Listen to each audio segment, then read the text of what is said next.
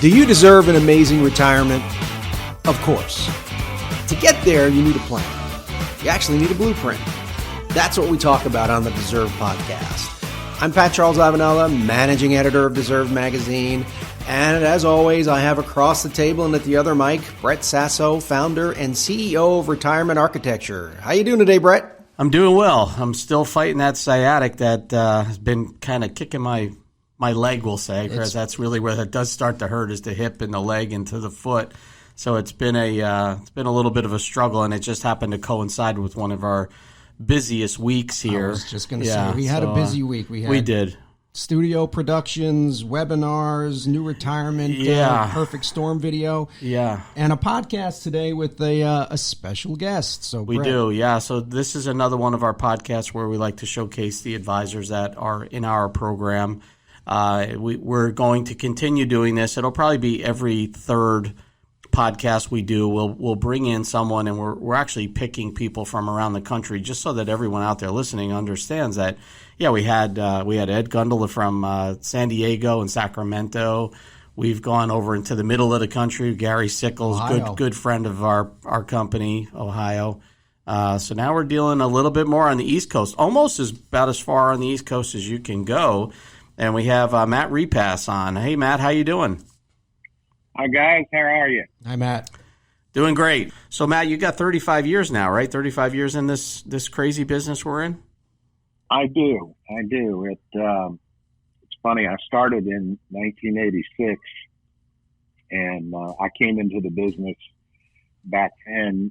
You either came into the financial planning business through the insurance kind of portal, or through the brokerage wirehouse portal. And I came through with a insurance side at New York Life and Life Securities. I got my securities license within the first 6 months of being in the business, because I viewed what we did in this business as a financial planning.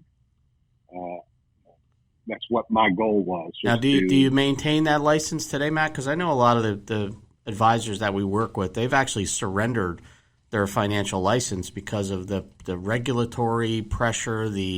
Have you maintained your license? Are you still a fiduciary? I have, and I will always be a fiduciary. And this is what which I found to be kind of counterintuitive to my thinking. But in 1992, I left New York Life, Life Securities, because I became a registered investment advisor, and they didn't want any of that basically fiduciary scrutiny directed toward them. And I have been an independent financial advisor since then. I believe wholeheartedly in, regardless of whether I am advising a client on insurance matters or investment matters, I hold myself as a fiduciary, and they should know. And I think it seems to be about the last year that I've had people coming into my office that are asking more about, are you a fiduciary? That's never happened. Well, I put a little bit of that towards the TV commercial. Like when you listen to the Fisher Advisor commercial, they're always trying to create some kind of us, not them type of thing. And tell us a little bit about a fiduciary. Right? Let's define that for the listeners, because, I personally would consider myself a fiduciary if I'm ever doing something with someone's finance. I personally don't carry my financial license, and I basically have been kind of outside of the industry for a while now, because I chose to go out on the side of introducing the need to the public. And for me to work with hundreds of advisors, I thought it would be better for me not to be in some kind of competitive light. But let's talk about the fiduciary. What does that mean, Matt? What is the real definition, or what is the real onus of being a fiduciary? How does that work, and why is that important, or is it important across the board for good advisors? What are your thoughts?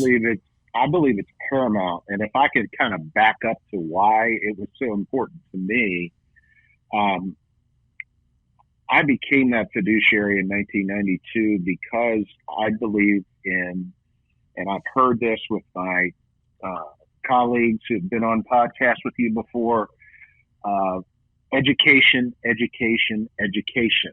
Absolutely. And why do I believe in education so much? In 1978, I had received a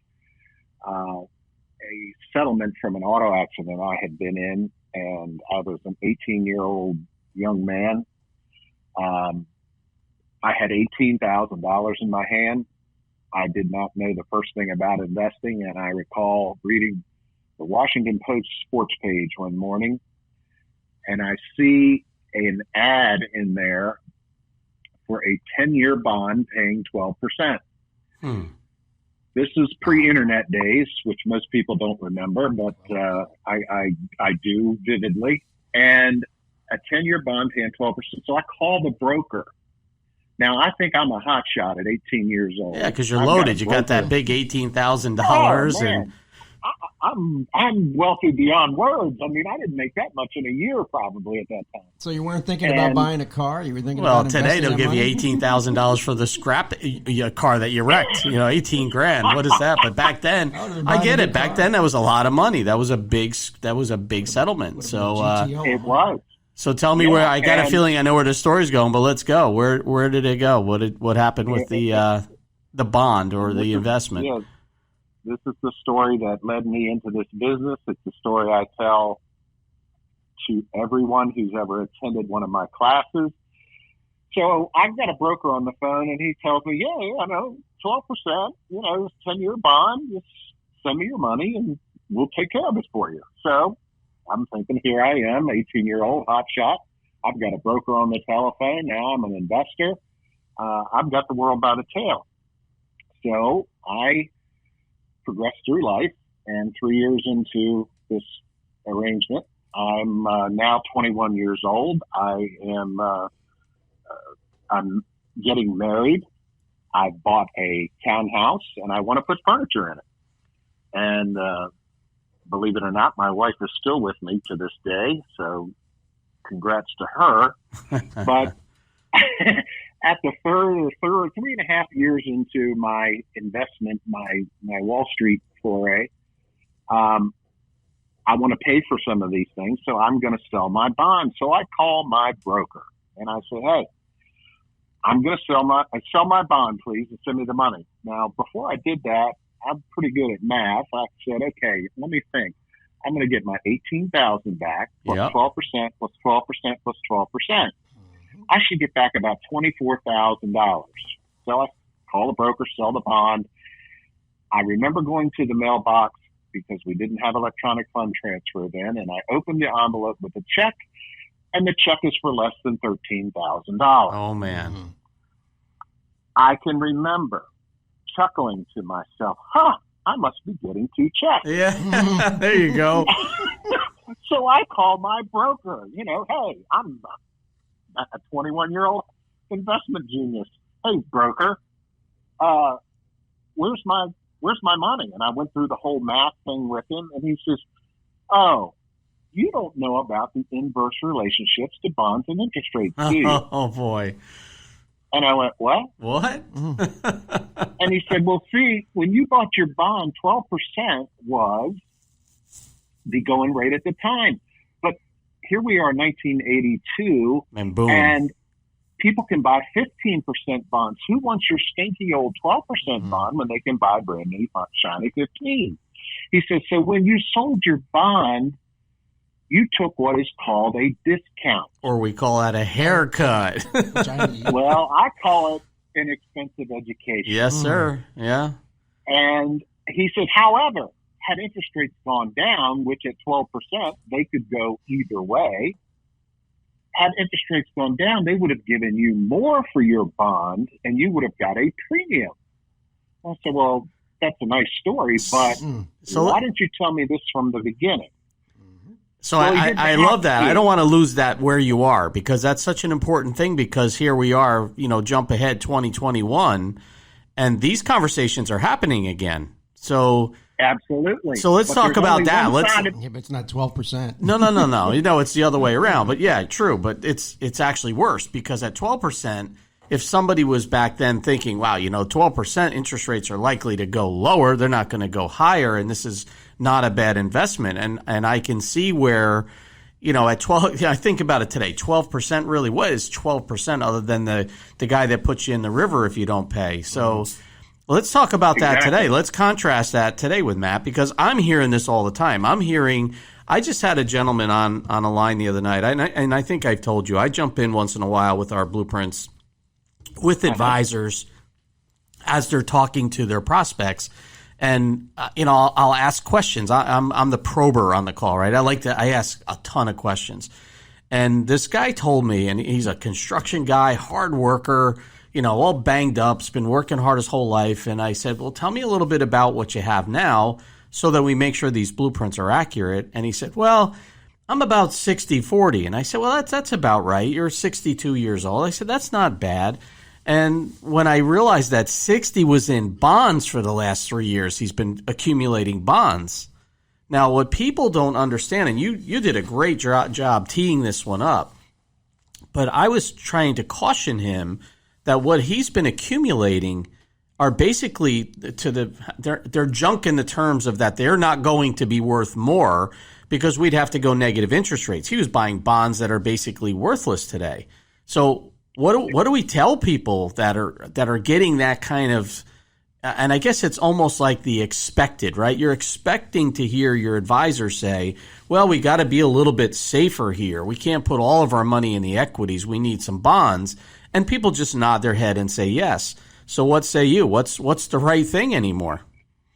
Well, first I draw that diagram of a seesaw and explain my bond story, and I ask them, just like you, I ask a lot of questions, and I think our job is to do that and to be the kind of the devil's advocate to our clients and to help them understand, but what if this happens? And my question to them is, I draw the diagram, very much what looks like a seesaw of a fulcrum, and I show them par, which is the seesaw being level, which is what you buy a bond at, and then what happened to me in that explanation. And I said, now here we are, 36 years later, where do you believe interest rates are going from here? Remember, I was at 12%. I could go a lot in either direction. But here we stand at near zero and have been, and by all indications, because of our debt spending, Fed's probably not going to move off of the 0% rates anytime soon. Otherwise, we'll choke ourselves to death. So where do we see interest rates going? And they said, well, they have to go up. And I said, and what is the result of interest rates going up to your bonds? And they just kind of give me what I call the RCA dog look. They right. All right. And they kind of look at me funny. Yeah. So back to the bond story. And, as a 21-year-old, this story is so relevant, not only to my business initially, but so relevant to the business today. It is the purpose behind why I'm a fiduciary. It is the purpose behind why I believe in education so much, because I was educated after the fact. Right, the school of hard knocks, right? That's the school of hard knocks. Yeah. And I've been through that. I was working with that broker under what is called a suitability arrangement, which is how most people will deal with someone in the financial business. A suitability arrangement doesn't require them to give me anything more than a prospectus or a offering sheet on a bond or a mutual fund or something like that. It would not require that broker to tell me about the inverse relationships to bonds and interest rates. As long as he gave me or I gave them a prospectus at the beginning, they're supposed to read it, and all that's explained in there, the risks that come with it. Now, how many people have read those prospectuses? Oh, God. I remember reading one for my securities exam in 1986, but aside from that, most people don't read them. Yep. So I felt like that expensive education is what drove me into this business in 86, but it's what drove me to become a fiduciary, because I want people, and I will educate them before I ask them to hire me to be their advisor. I want to spend and invest the time, and however long it takes with any client, to give them the opportunity to find out the good, bad, and the indifferent about what we're trying to accomplish with them. Because the fact remains, as a fiduciary, the difference between a suitability arrangement, which is how you work with a stockbroker or a registered representative, as a registered investment advisor, I tell people quite frankly, my neck lies on a chopping block, and in your hand, you hold the axe of the Securities and Exchange Commission. If I act contrary to your best interests, you have a recourse to chop off my head. And when I became a fiduciary, and I would explain it that way to people, they said, why in the world do you want such scrutiny? And I said, because it is so important to me that you understand I sit on your side of the table, and I must work in your best interest, not in mine. That's a great definition of how the fiduciary works. And I don't know that everyone understands that. And I think that's a very good way of putting it. So, but if we go back to that time, 12% now, so Matt, if you wouldn't have sold those bonds in I think you said year 3, if you held them till year 10, you could have actually done pretty good, because we were in a declining interest rate environment as we got into the Reagan years, right? So, it was the seesaw, right? So you took the wrong time. Your advisor should have said, well, Matt, if you take it now, the interest rates are pretty high. It's probably not the best place to go get money, and you might have gone and borrowed money to buy the furniture, right? So again, it's about timing. And I don't know that any of us, as much as we all try to be the best and do the right thing by clients, we don't have that crystal ball. But if you're out there and you're sitting on bonds that you have accumulated, I'm going to say last 3, 4, even 5 years, Matt. I mean, you're talking about bonds that are potentially going to be on the wrong side of that seesaw if the rates continue to creep up, and the rates may not be controlled by the Federal Reserve going forward. It seems like there's some retaliation from the bond markets now on interest rates. Would you agree with that? I do. And people, unlike me at the time where, we're talking about almost a different age in 1978, 79, where mutual funds are just starting to become, an everyday thing. People bought individual bonds. You don't hear much of that today unless you're working with the Merrills and the Morgans and the brokerage houses of the world. But people, the one thing that I have found in my 36 years is people need to understand, and they fail to do this all the time. And I attribute it to our I gotta have it now society, with our iPhones and things like that. We don't understand risk. And another great point I make to people, and it's exactly what you're saying, is what's happened to these people of late. I always go back to the period of last pain. And I told you I got in this business in 1986, and I started doing securities and investments in the latter part of that year. Well, guess what happened the following October? Yeah, it was 1987, and a thing called Black Monday occurred. I was going to say, there's a color they put on that date.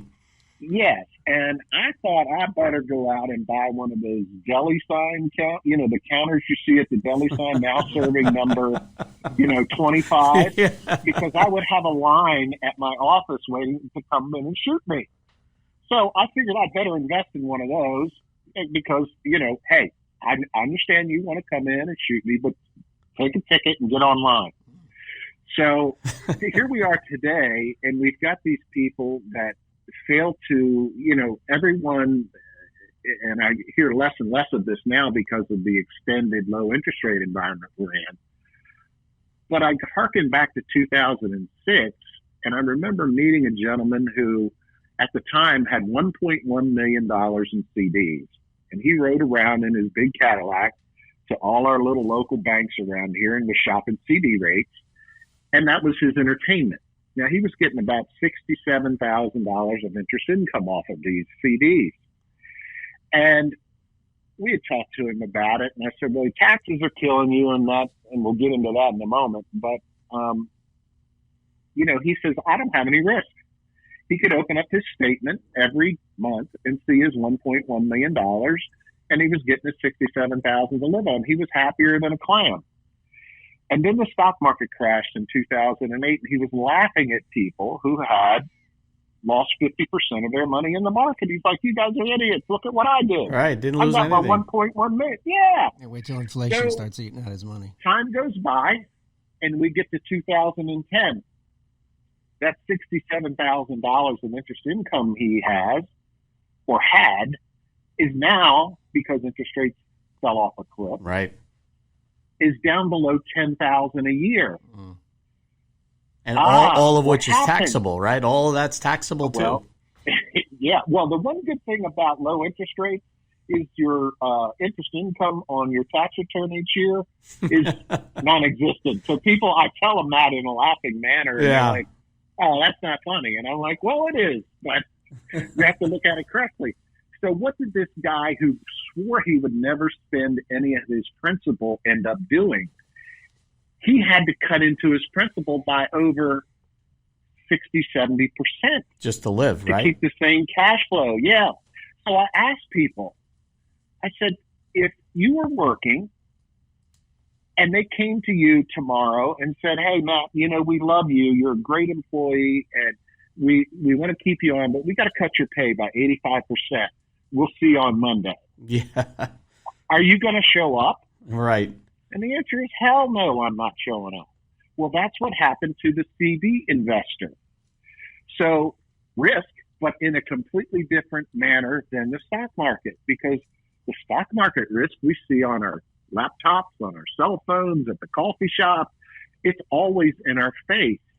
That risk of interest rates is something that we see in a slow, very painful, elongated decline, which is what inflation does to us.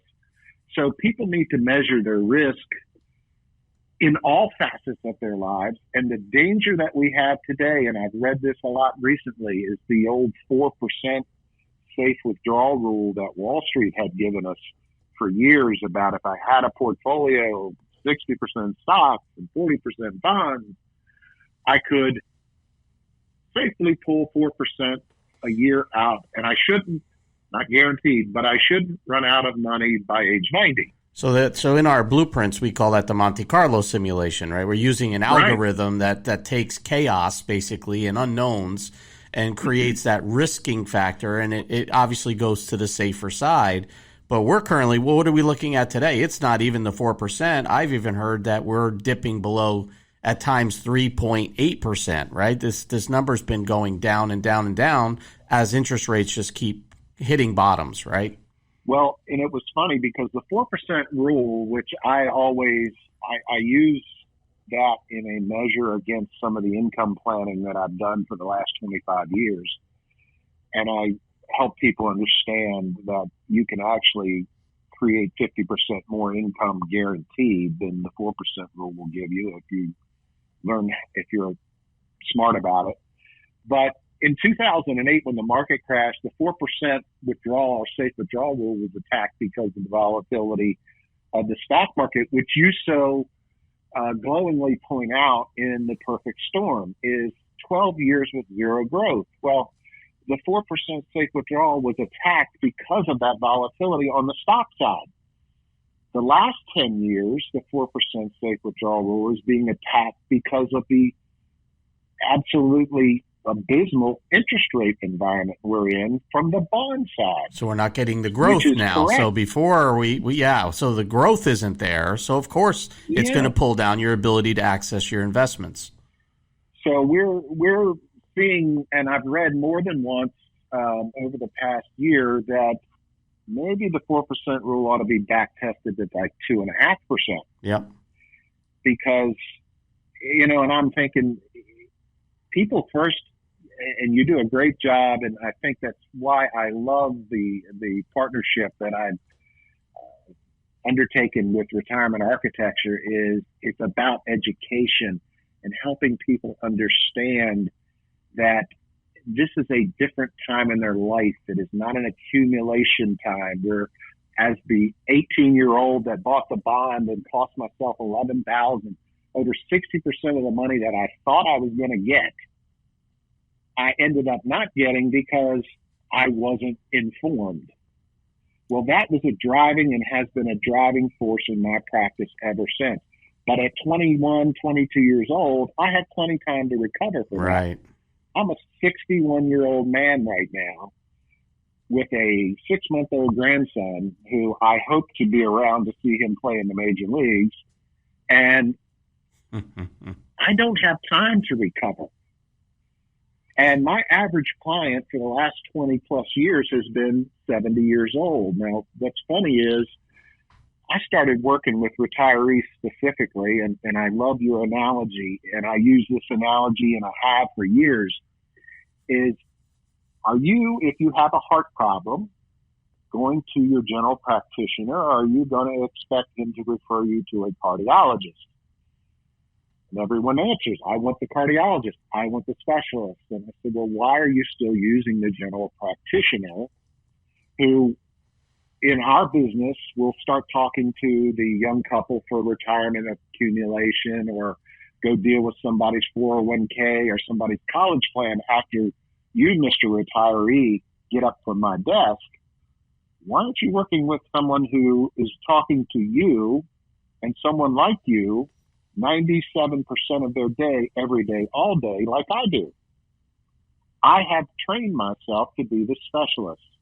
And that is the environment Retirement Architecture and our colleagues around the country have done. That not only is it important to understand to me what a fiduciary is, but to understand the specialization that is required at this time of their life when we can't make mistakes like I did as a young man. That's so true. And it is exactly what we have been doing. And I couldn't have asked you to say it better, Matt. And as far as what we're trying to get our listeners to understand is that when you build a company like Retirement Architecture, I tell everybody, I think the average age of our advisors in our network is probably in the mid to late 50s, if not 60 years old. It is that type of person. You know, you go a little bit slower about things. You know, you take your time. I even look when I'm doing wood shop things in my garage. I'm much more careful now than I was when I was 20 years old. Back then it was air guns and let it fly. Today it's like, let me get out the handsaw. Let me put that together a little bit neater.